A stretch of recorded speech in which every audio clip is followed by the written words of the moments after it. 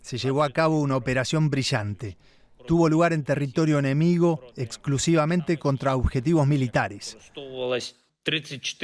Fueron alcanzados 34% de los portadores de misiles de crucero estratégicos estacionados en bases aéreas. Nuestro personal operó en varias regiones rusas en 3 zonas horarias diferentes. La preparación tomó más de 1 año y medio. La planificación, la organización, cada detalle fueron perfectamente ejecutados. Así celebraba el presidente ucraniano Volodymyr Zelensky la operación de sus fuerzas que, según dijo, lograron un ataque sin precedentes desde el inicio de la guerra. Drones ucranianos estallaron hasta 4.000 kilómetros de distancia de la frontera, provocando unos daños tremendos a la flota aérea rusa. De acuerdo con los reportes de Kiev, 1/3 de los portadores de misiles de crucero estratégicos rusos habrían sido destruidos. Esto tras una semana de ataques ordenados por el Kremlin que dejaron decenas de muertos en Ucrania. Todo ocurre en la víspera de la segunda ronda de negociaciones entre las partes que buscan en Estambul avanzar para conseguir el fin de la guerra. Soy Johan Ramírez y este es el tema que trataremos hoy aquí en Actualidad en Análisis. Y hoy es una edición especial porque, por un lado, cumplimos 1 año desde que comenzamos a hacer este programa y aquí cada día tratamos, junto con expertos y una red de periodistas, de entender las crisis y los desafíos geopolíticos que sacuden al mundo. Pero, por otro lado, también es un día especial porque a partir de ahora también, además de nuestras redes sociales X, Facebook y YouTube, pueden igualmente encontrarnos en Spotify, Amazon y Apple y otras plataformas como podcast. Así que seguimos creciendo para llegar a ustedes de muchas formas diferentes. En fin, ataque ucraniano a Rusia en la víspera de estas negociaciones en Estambul. Para analizarlo, saludo desde la capital turca al periodista Andrés Mourenza, quien está cubriendo este segundo encuentro entre las partes, y desde Madrid a Jesús Núñez Villaverde, experto en estrategia militar y codirector del Instituto de Estudios sobre Conflictos y Acción Humanitaria. A ambos, muchísimas gracias por aceptar la invitación de estar acá con nosotros. Señor Núñez, me gustaría comenzar con usted. El presidente Zelensky ha dicho que esta operación pasará a la historia. Y me pregunto, ¿es verdad qué tan importante es esta operación de las fuerzas ucranianas y qué impacto real puede tener en el terreno tanto para Kiev como para Moscú? Desde luego queda por confirmar todavía cuáles son los resultados del ataque, puesto que solamente conocemos la parte ucraniana en cuanto a declaraciones. Pero ya de momento podemos entender que se trata tácticamente de una operación muy brillante, muy compleja. Efectivamente, seguro que han necesitado muchos meses de preparación, intentando infiltrar dentro del propio territorio ruso esos camiones cargados de drones que han podido ejecutar una destrucción muy precisa de buena parte del arsenal estratégico aéreo que tiene Rusia. Luego todo eso con la precisión, con la sincronización, con la capacidad también para evacuar al personal ucraniano y volverlo a recuperar en territorio propio. Todo eso señala una sofisticación en la que además se ha podido realizar el ataque contando solamente con medios ucranianos. No hay ninguna de las armas sofisticadas de las que se viene hablando últimamente suministradas por aliados occidentales a Kiev, y por otro lado ha batido efectivamente objetivos estrictamente militares, lo cual le quita a Ucrania posibles críticas por haber atacado objetivos civiles, como ocurrió en el caso de los 2 trenes y los puentes en los que ha habido algunos muertos. En definitiva, creo que es propio en este caso hablar de brillantez y de algo sin precedentes que va a tener muchas implicaciones para la capacidad que tiene Rusia ahora mismo de poder responder, puesto que por un lado tiene menos vectores de lanzamiento de los misiles estratégicos, también de los misiles crucero, y por otro lado va a tener que volver a redesplegar sus capacidades para escapar de esa posibilidad de ser batidos incluso a miles de kilómetros de distancia de la frontera entre Ucrania y Rusia. Habló usted de brillantez y fue efectivamente la palabra que utilizó el presidente Zelensky. Dijo que había sido una operación brillante. Andrés, ¿se comienzan a conocer detalles de esta operación lanzada por Ucrania? Cuéntanos un poco más, ¿qué otras cosas se saben? Se sabe que se operó a través de unos camiones que aparentemente llevaban un contenido comercial. Estos drones estaban camuflados, parece ser, en bungalows, es lo que han dicho los ucranianos, y no eran conducidos en su momento por operativos ucranianos que han dicho las autoridades ucranianas que ya habían salido del territorio ruso cuando se produjo este ataque. Fueron, por tanto, los drones activados de forma remota, desde miles de kilómetros de distancia, Y bueno, lo que decían esta mañana, al principio ayer se hablaba de 40 aeronaves destruidas, esta mañana se reducía, las propias fuentes ucranianas hablaban de 13 aeronaves destruidas y otras tantas también dañadas. Con todo sigue siendo un golpe muy duro para la flota aérea rusa. Señor Núñez, nos habla Andrés de estas cifras. Y Kiev decía, por ejemplo, también que la cifra de daños provocados a la flota aérea rusa ascendía a $7.000 millones. ¿Sabemos qué aviones fueron atacados y qué importancia tenían estos en el frente de batalla? Bueno, básicamente hablamos de los Tupolev 95, un poco más antiguos ya, y los Tupolev 160, que son la base fundamental de esa capacidad aérea estratégica que tiene Rusia, porque le permite, evidentemente, con su autonomía de vuelo, le permite alcanzar objetivos a muy largo plazo, a muy larga distancia, mejor dicho, y desde ese punto de vista, estimando que tendría alrededor de un centenar de esos aviones entre unos y otros, un golpe de esta naturaleza, sean 40 o sean 30 los aviones dañados o destruidos, supone evidentemente una merma muy importante para Rusia, porque, como digo, no va a tener la capacidad que hasta ahora ha demostrado para poder batir sistemáticamente, diariamente, objetivos en Ucrania, tanto contra la población civil como contra objetivos militares. Y al revés, le hace ver la vulnerabilidad de sus propios medios, de bases aéreas, que recordemos, algunas están en Siberia, otras en la península de Murmansk, a más de 4.000 kilómetros de distancia de la frontera, y Ucrania ha tenido la capacidad tecnológica para poder batir esos objetivos. Todo eso supone una mayor necesidad para diversificar el despliegue ruso, alejándolo de la frontera y aún así sin seguridad ninguna que les garantice que no van a poder ser batidos en un próximo ataque. Señor Núñez, ¿es cierto que esos aviones destruidos podrían cargar armas atómicas? Sí, claramente hablamos de bombarderos estratégicos que tienen varios miles de kilómetros. En un gran tonelaje, estamos hablando de cuatrimotores de turbohélice, y todo eso le permite, en definitiva, cargar esas armas nucleares estratégicas y misiles crucero, básicamente. Hasta ahora, Rusia ha utilizado ya algunos de esos misiles, pero sin que lleven una carga nuclear, sino con carga explosiva convencional, pero en cualquier caso utilizando esos aviones. Por lo tanto, el hecho de que hayan sido destruidos o dañados le impide el poder llevar a cabo, al menos de la manera que lo estábamos viendo en estas últimas semanas, ataques de ese tipo. Andrés, voy contigo. Tú estás allí en el lugar donde se reúnen hoy Rusia y Ucrania en esta segunda ronda de negociaciones. Decía el presidente Zelensky hace un rato que Ucrania está dispuesta a dar los pasos necesarios para alcanzar la paz con Rusia. ¿Hay esa sensación allí en Estambul donde tú estás? ¿En qué medida esa declaración coincide o se contradice con estos ataques que vimos ayer? Bueno, pues es cierto que, por ejemplo, los medios turcos reflejan un poco la posición de Turquía, la potencia mediadora en estas conversaciones. Se hablaba de cómo esto podría afectar a las negociaciones y esto podría tener un efecto negativo. Pero por otro lado, también hay que tener en cuenta que hasta ahora era Rusia la que, digamos, con sus demandas maximalistas, sabiendo que tenía la ventaja en el campo de batalla, era la que, digamos, que no avanzaba en las negociaciones, pese a las propuestas hechas por Ucrania. Las demandas que hacía eran demandas irreales, básicamente destinadas a exigir la rendición total de Ucrania. Con lo cual, con este ataque, bueno, pues quizás digamos que Ucrania muestra uno de sus ases en la manga, el que, aunque esté en una posición de debilidad en el campo de batalla, hay que recordar que cerca de un quinto de su territorio está ocupado por Rusia, y siendo Rusia una potencia militar mayor a Ucrania, pues Ucrania está demostrando que sigue pudiendo hacer daño a Rusia. De hecho, puede hacerlo en otros lugares más allá del campo de batalla, con lo cual esto pues, se cree que también puede, en cierto modo, convencer a los rusos de negociar de una manera más honesta de la que han llevado a cabo hasta ahora. Y no solamente eso, Andrés, no solamente que Ucrania puede golpear a Rusia muy dentro de su territorio, como decíamos, 4.000 kilómetros más allá de la frontera ucraniana, sino que lo puede hacer, según Kiev, con 100%, un operativo 100% hecho en Ucrania. Señor Núñez, ¿tiene Ucrania realmente las capacidades militares y de inteligencia para llevar a cabo una operación tan precisa sola, sin el apoyo de sus aliados occidentales?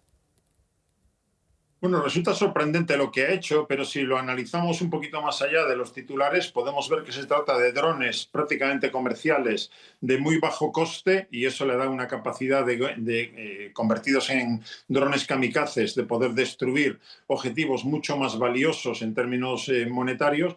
Pero, desde luego, si lo elevamos al nivel de la inteligencia, es bien obvio que Ucrania depende básicamente de la información de inteligencia que le puede proporcionar sobre todo Estados Unidos, y así ha quedado claro cuando Washington ha cortado esa información a Kiev y eso le ha hecho ver la incapacidad para poder sostener el esfuerzo bélico de la misma manera. Por lo tanto, una cosa es que en este caso no se hayan utilizado, pongamos, misiles Storm Shadow o misiles Tauros o los misiles Atacams de más de 300 kilómetros de alcance que le han suministrado aliados occidentales a Kiev. Otra cosa es pensar que a día de hoy Ucrania tiene la capacidad para poder mantener el esfuerzo bélico por sí solo. En el mejor de los casos, se estima que actualmente en torno a un 50% del material que Ucrania emplea en la batalla es producción nacional, el resto viene de fuera. Pero ya digo, si pasamos al ámbito de la inteligencia, ahí la dependencia de Ucrania sigue siendo todavía mucho mayor. En cualquier caso, lo que sigue demostrando es su capacidad para golpear. Y no deja de ser llamativo, lo digo por lo que ahora mismo estábamos comentando, que se apunte que este ataque puede descarrilar las negociaciones en Estambul y sin embargo no se subraye que en los días anteriores es Rusia quien está golpeando día sí y día también y sin embargo eso parece que no lo conectamos con una mayor o menor probabilidad de que las negociaciones vayan adelante. Bien, en ese sentido, vamos por parte, porque también quiero hablar de eso, de a qué punto puede impactar este ataque en las negociaciones, pero antes, para terminar, el tema de las reacciones, porque decía justamente Alemania hoy, Andrés, hace un rato, decía que no estaba al tanto precisamente de este ataque, con lo cual pareciera entonces que sí, este operativo fue realizado 100% por Kiev, como afirmaba el presidente Zelensky. Te pregunto, ¿ha habido reacciones allí en Estambul a partir de este ataque? Esto en la víspera de estas negociaciones en las que se espera que haya avances. Bien, valoraciones públicas no las ha habido, pero lo que sí que ha habido es, antes de la reunión, la delegación ucraniana se ha reunido con parte de la delegación ucraniana que está negociando o que está en el Palacio de Chirán para negociar con Rusia. Sí que se ha reunido con representantes de Alemania, Reino Unido e Italia. Han dicho que era para coordinar posiciones. Es seguro que este ataque ha sido uno de los temas a valorar. Y obviamente no van a defender públicamente un ataque así los pares europeos o los socios europeos de Ucrania, pero no cabe duda de que habrá cierta satisfacción cuando esto muestra que, digamos, al contrario de lo que, por ejemplo, defendía Estados Unidos, que defendía que Ucrania está prácticamente acabada y que tiene que negociar rápidamente una salida al conflicto, aunque eso implique que renuncias muy duras para Ucrania, incluso territoriales, pues está claro que para los europeos que sí que apuestan por seguir apoyando a Ucrania, este ataque no creo que les haya disgustado, vamos. Y ahora sí, señor Núñez, entonces hablemos de cómo impacta este ataque en las negociaciones, esta segunda ronda de conversaciones que tendrá lugar en Estambul. ¿Ayudan o dificultan todavía más esos esfuerzos por conseguir una tregua? Entiendo que la primera lectura llevaría a pensar que esto desbarata cualquier posibilidad de negociación, pero si seguimos adelante con lo que tantas otras veces ha ocurrido, una demostración como la que acaba de hacer ahora mismo Ucrania sirve también para demostrar que no está en las últimas, que tiene todavía margen de maniobra incluso en el campo de batalla, y eso puede hacer que Moscú tenga que repensar su estrategia negociadora, entendiendo que hasta ahora ha considerado siempre que el tiempo corre a su favor, en el campo de batalla sigue ganando posiciones, aunque sea a un ritmo lento, sigue teniendo el respaldo de Estados Unidos. De momento, Trump no ha cortado su alineamiento con Vladimir Putin. Luego, todo eso eran ventajas que tenía Moscú en la mesa de negociaciones, en la medida en la que ya había condiciones previas que el propio Washington estaba también impulsando. Me refiero básicamente a la pérdida de parte del territorio ucraniano, a la renuncia a la entrada en la OTAN y además al levantamiento de sanciones por parte de Estados Unidos y otros aliados sobre Moscú. Pero si pensamos ya en las expectativas concretas de esta segunda ronda de negociaciones directas, recordemos, por un lado, que los representantes de la delegación rusa siguen siendo representantes de segundo nivel, sin capacidad real para tomar decisiones, y eso ya fue criticado en la primera ronda. Y en segundo lugar, se llega a esa reunión sin conocer para nada cuál es el memorándum que Moscú dice que tiene preparado, pero que nada da a conocer, y que por lo tanto hace pensar en definitiva que no venían ya a intentar avanzar sustancialmente en búsqueda de un acuerdo que no tiene por qué ser confundido con la paz. Sigo insistiendo en que estamos en una dinámica que busca un acuerdo, pero la paz es otra cosa distinta que de momento está fuera de la agenda. Y en cualquier caso, creo que el mero hecho de que se celebre el encuentro siempre hay que considerarlo positivo, pero creo que no es posible ir mucho más allá. Y en efecto, ese memorando era una de las condiciones que pedía Kiev también, que quería ver ese memorando antes de sentarse en esta segunda ronda de negociaciones. Andrés, ¿qué piensas de lo que nos dice el señor Núñez? ¿Logrará esta operación que vimos el día de ayer, ucraniana, en Rusia, obligar a Putin a sentarse a negociar por fin la guerra? ¿Forzará a que ya no haya esos funcionarios de segundo nivel, sino que se sienten Putin y Zelensky a tratar de conseguirle un fin a este conflicto, dado lo que queda en evidencia con este ataque, que seguir prolongando la guerra tiene un costo también para Rusia, o por el contrario, hará esto que se intensifiquen los ataques de lado y lado? Bueno, pues sin ningún lugar a dudas, este es el objetivo de Ucrania. El hecho de que esta operación se produjese en la víspera, que es una operación que además llevaba año y medio de preparación, pues obviamente indica que se ha hecho coincidir. No se podía retrasar más, obviamente no podría ocurrir con las delegaciones sentadas negociando, porque eso sí que lo hubiese desbaratado, pero el que lo haya hecho coincidir con la víspera, pues obviamente es un intento de decir que efectivamente Ucrania puede seguir haciendo daño, que Rusia va a sufrir un coste si sigue con la invasión en Ucrania, y esto es...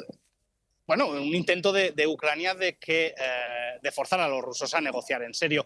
Como bien decía el señor Núñez, los rusos no han enviado, no hay noticias de que hayan enviado el memorándum o su hoja de ruta antes de las negociaciones. Los ucranianos sí que lo han hecho, y los propios rusos así lo han confirmado a los medios rusos, que la hoja de ruta ucraniana sí que ha sido enviada. Esta hoja de ruta, entre otras cosas, habla de que cualquier negociación territorial tiene que empezar por las líneas del frente, por las actuales líneas del frente, y no por las peticiones que hacía Rusia de que Ucrania se retire básicamente de cualquier provincia en las que haya puesto el pie Rusia, que esos eran 4 más 2.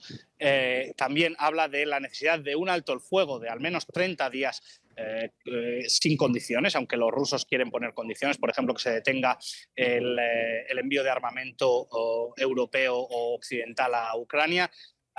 Y luego lo que sí que piden los mediadores turcos es que haya resultados. Hace 2 semanas tuvimos una reunión aquí y lo único que salió fue un intercambio de prisioneros, el intercambio de prisioneros más grande de lo que va de guerra, pero no se avanzó realmente ni en el tema del alto el fuego ni en el tema de una perspectiva de una verdadera negociación de paz. Lo que quieren tanto los ucranianos como los turcos, pero sigue siendo un poco todavía difícil de creer, es una reunión entre los líderes. Digo difícil de creer porque tal y como, digamos, las autoridades o el Kremlin trata a Zelensky, resulta muy difícil ver una fotografía de Zelensky y Putin negociando cara a cara. Así que, de momento, pues obviamente es un paso positivo el que se reúnan, pero digamos que las esperanzas no son demasiadas. Incluso el propio presidente Zelensky proponía una relación trilateral también con la presencia del presidente de Estados Unidos, Donald Trump. Ya para terminar, señor Núñez, la semana pasada conversábamos nosotros aquí también con usted en este espacio y concluíamos que, dada la urgencia de Ucrania y de los aliados occidentales en llegar a un acuerdo para que se terminara la guerra, eso hacía inferir que tal vez Rusia estaba ganando el conflicto, porque pareciera que quien pierde es quien necesita negociar. Pero luego de este ataque que hemos visto ayer, señor Núñez, ¿realmente está Kiev ahora en una posición de vulnerabilidad o han cambiado las cosas? Entiendo que la vulnerabilidad sigue siendo el rasgo fundamental, porque si pensamos en términos demográficos, industriales, económicos y militares, es evidente que la relación de fuerzas entre Moscú y Kiev le da una ventaja enorme a Rusia en la medida que vaya pasando el tiempo, ya digo, aunque sus avances sean muy limitados y muy de corto alcance. Luego, Ucrania está en peores condiciones para poder soportar un conflicto que se prolongue en el tiempo de manera indefinida, y de ahí las urgencias de intentar empujar para que haya algún tipo de acuerdo y que permita a los ucranianos salir de esta dinámica en la que están metidos ya en estos últimos años. Desde ese punto de vista, si Rusia siente que Estados Unidos siga alineado con las posiciones de Putin, no va a tener mucho interés en acelerar ese proceso de paz, porque sigue considerando que todavía tiene margen de maniobra para ganar posiciones de ventaja sobre el terreno.